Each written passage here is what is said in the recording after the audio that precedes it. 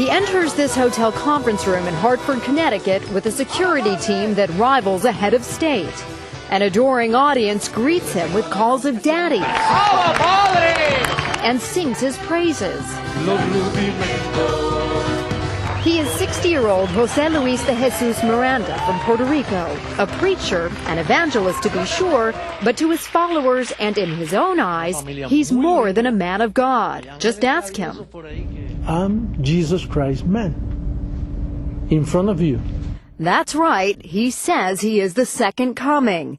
He claims in 1973 he had an epiphany. When Jesus, the resurrected Jesus, came to me, he integrated himself within me.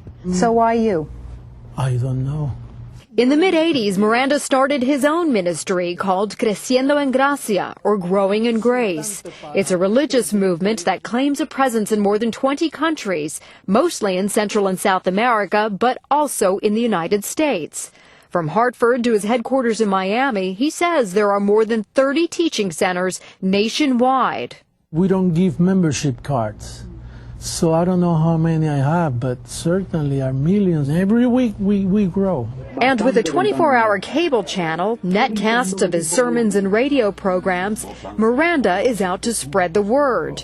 Those who believe him, like these followers in Miami, the Son of Man is back, also embrace his unique interpretation of the Bible. For example, sin no longer exists. God doesn't see you as a sinner. For me, you are a perfect spirit. There's also no such thing as the devil. Satan is a Hollywood character. As for prayer, he says it's a waste of time, and he calls all other religious leaders liars. The lies began in Rome. I'm against all those teachings from Catholic, Protestant, evangelicals.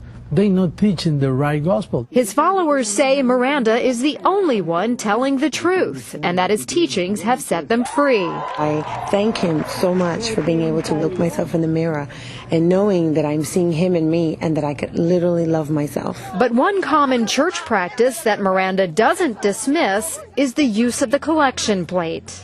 Do people have to pay to be part of this? No. They do have to donate. They make donations according to the Bible, the tithing. The Bible asks for 10% tithing. Yeah. But your followers do much more than that. Because of the... They give their companies, they give their... Oh, they give everything. His most generous followers have even given him cars and estates, including a home inside this gated community, which Miranda recently sold for close to $1 million. So you don't have a problem with material wealth? Everybody should be rich. One who is giving his share of riches to Miranda is Álvaro Albarracín, a successful web entrepreneur. He says he owes everything to Miranda, and his donations have topped 7 figures. I'm putting all my money and heart that this is the truth. But Albarracín's relationship with Miranda has cost him personally. He's estranged from his family. How many years has it been since you've spoken with him? 4. Regina Albarracín says her son severed ties after they suggested he was being brainwashed by Miranda and his teachings. It's not healthy for people. It's not good for people. It's not good for families. Many families, he destroyed many families. Other religious leaders say Miranda may be capable of destroying much more. I think any group whose leader says, I am God, and you have to listen to me and follow me because I am God, that group is very dangerous for our society. Father Albert Coutier says he and members of his congregation in Miami have been harassed by Miranda's followers. Well, I think that their tactics are strange. And what I've experienced personally is aggression, screaming. In fact, Growing in Grace admits it has launched a protest campaign against other religions, like this peaceful one in Miami. But other gatherings have become more confrontational. Is there any limit to what your followers will do for you? Well, we try to do it very politely.